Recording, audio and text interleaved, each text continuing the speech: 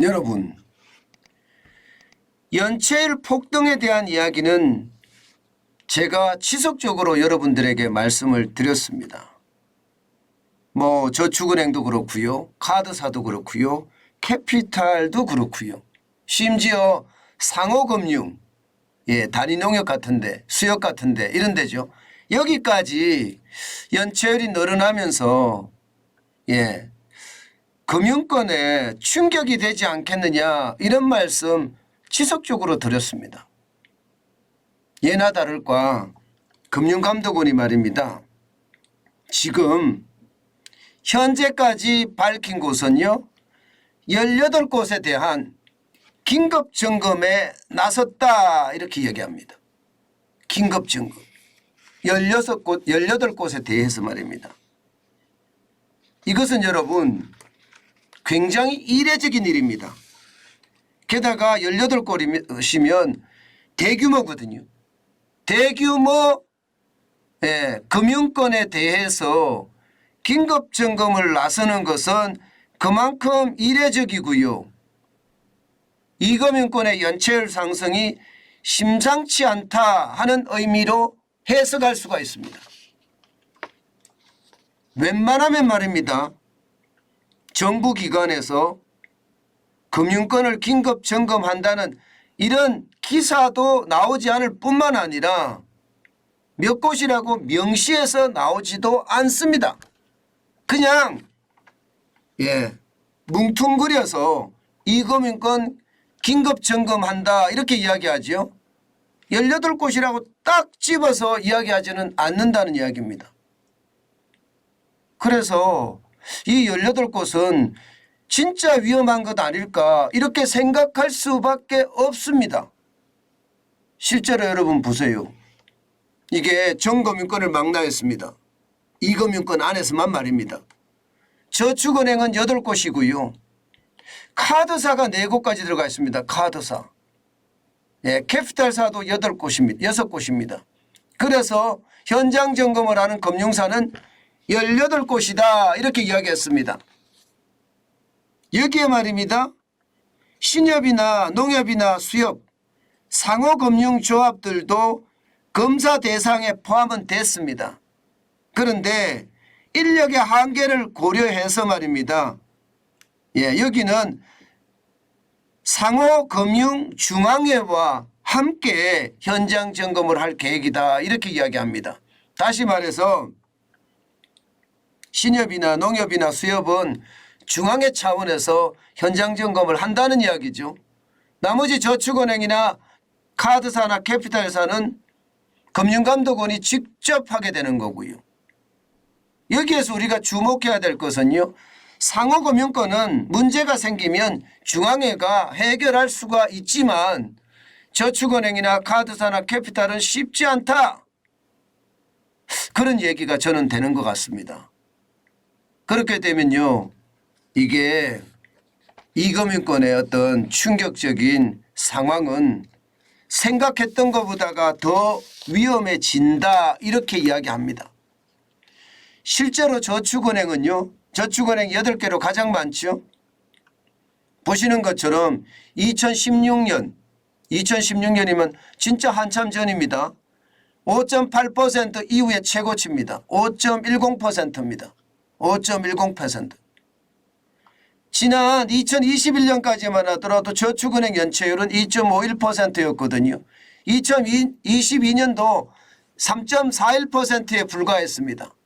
그런데 2023년에는 5.21%. 물론 2020년, 2021년, 2022년은요. 대출 만기 연장이나 원금 상환 유예나 이자 상환 유예, 정부의 정책이 한 몫을 차지한 것도 사실이에요. 그런데 원금 상환 유예나 대출 만기 연장을 해줬는데도 불구하고 2023년에 5.1%까지 늘어났다는 것은 그만큼 충격이라는 뜻입니다. 그래서 저축은행이 굉장히 많다, 이렇게 이야기합니다. 그렇다고 카드사는 괜찮으냐? 카드사도 지금 전체적으로는 굉장히 위험하게 보고 있습니다. 지금 카드사만 하더라도 2021년 말에 1.09%였던 것이 1.53%로 늘었거든요. 카드사도. 그럴 수밖에 없는 게 말입니다. 카드의 어떤 대출, 카드론이나 카드 리볼빙이나 이것은 최후의 수단이거든요. 현장 경기가 나쁠 때 소상공인이든 자영업자거든 진짜 취약계층은 카드론이 최후의 수단이에요. 그렇기 때문에 경기가 좋으면 이게 떨어질 수 있지만 경기가 나쁘면 올라가거든요. 지금 카드사도 올라가고 있습니다. 캐피탈사는 좀 심각합니다. 2021년 말에 0.86이었거든요. 그런데 2023년 1분기 말만 하더라도 1.79입니다. 2배가 넘게 올라갔잖아. 2배. 그러니까 걱정하는 거예요. 캐피탈사가 위험할 수가 있겠는데 이렇게 말입니다. 게다가 상호금융, 농협이나 신협이나 수협도 마찬가지란 뜻 아니에요. 1.17%가 2.42%까지 올라갔으니까 걱정이 될 수밖에 없는 게 지금 금융당국이할 거예요. 그중에서도 가장 심각한 것은요. 부동산 담보대출 연체율이 올라가고 있다는 사실입니다. 부동산 담보대출 연체율이 올라간다는 건 지금 소득이 줄어들었다는 거예요. 소득이 줄어들었다는 것은 반대로 따지면 경기 침체가 심각하다는 거예요. 경기 침체가 심각하면 결국 말입니다. 이게 기업들까지도 어려워질 수 있다는 뜻으로 해석됩니다.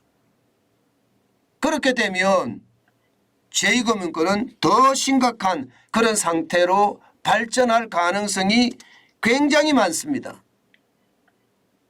무엇보다 말입니다. 진짜 충격적인 것은요. 지금 제2금융권에 실제로 나가서 부실 채권이 어떤지 상각은 어떻게 할 것인지 이런 것을 알아본다는 사실이에요. 그것도 금융감독원이라는 정부가 직접 말입니다. 그렇기 때문에 저는 굉장히 위험하다고 생각을 하는 겁니다. 사실 우리가 알고 있는 거 있잖아요, 여러분. 기본적으로는요. 코로나 대출 만기 연장 이거 장난 아니거든요. 지금 1월 말 현재 3월 말 현재입니다. 1분기 말 현재 아직도 85조 3천억 원이나 됩니다. 만기 연장 금액만 78조 8천억 원이고요. 원금 상환 유예만 5조 2천억 원, 이자 상환 유예도 1조 3천억 원이나 됩니다. 결코 적은 숫자가 아닙니다. 이것은 어떻게 생각하면 말입니다. 시장 전체에 위협을 주기에 충분하다는 뜻이에요. 그렇기 때문에 여러분 금융감독원이라는 정부가 나서기 시작한 거예요. 정부가.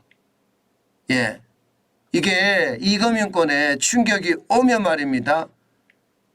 연쇄 충격이 올 가능성도 있거든요. 그렇기 때문에 굉장히 걱정하고 두려워하는 것도 사실입니다. 그런데 여러분 이게 코로나 대출만 문제가 아니잖아요.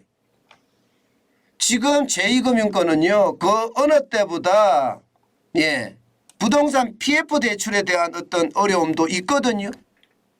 이것도 전체가 149조 4천억 원이나 됩니다.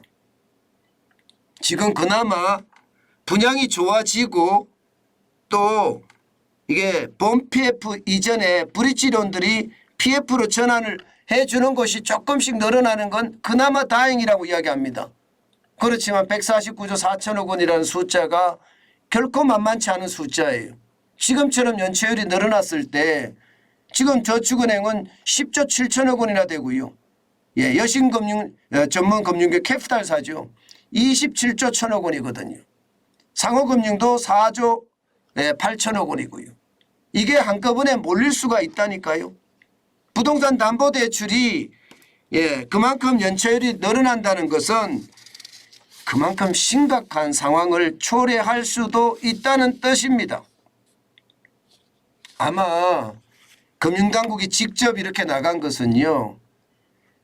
부동산 어떤 PF 대출에 대한 위험성, 코로나 대출에 대한 위험성 여기에다가 부실 채권을 계속 보유하거나 그것 때문에 다른 어떤 요소가 더 심각하게 될까 두려워서 나간 겁니다. 그러면 금융감독원이 나가서 뭘 하겠습니까? 당장 말입니다. 부실채권 매각을 하든지 상각을 해라. 들고 있으면 들고 있는 만큼 이게 나한테는 충격이 되니까 빨리 팔아서 일부라도 건져라. 아니면 빨리 상각을 해서 털어버려라. 그래야지 그 저축은행이 나름대로 연체율을 낮추고 충격을 줄일 수 있다. 이런 얘기거든요. 그러나 여러분 이거 쉽지 않아 보입니다.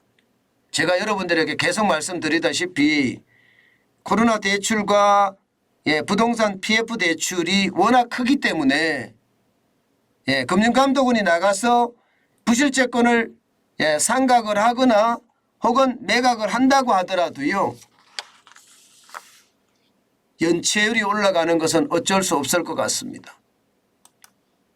왜냐하면요. 경기가 너무 나쁘거든요. 경기가 좋아야지 벌어서 이자라도 갚거든요. 지금 현재는 그렇지 못하다는 겁니다. 이렇게 봤을 때 말입니다. 지금 현재까지는요.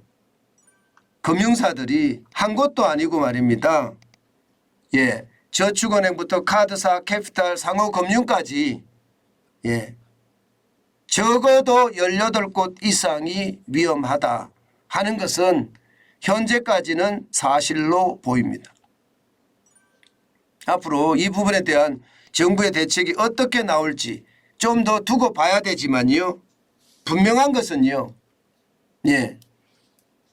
연체율이 늘어나서 저축은행이든 아니면 카드사든 캐피탈사든 무너질 수도 있다는 사실 우리는 분명히 인지하고 있어야 됩니다. 저는 여러분들에게 계속 말씀드리는 게 예금자 보호한도라는 거 아시지 않느냐고. 저축은행에 내가 예금을 들더라도요. 반드시 예금자 보호한도 내에서 여기에 이자까지 포함하면 5천만 원이 아닙니다. 예금자 보호한도가. 이자까지 포함하면 한 4,700만 원 뭐 이 정도 됩니다. 그렇게 감안을 해서 넣는 것 잊지 말았으면 좋겠습니다. 아직까지 금융의 위협이 줄어들었다 이렇게 생각하기에는 시기상조란 뜻이에요. 아직 말입니다. 경기가 어떻게 돌아갈지 예상하기가 굉장히 힘들기 때문에 조심, 또 조심하는 거 잊지 말았으면 좋겠습니다.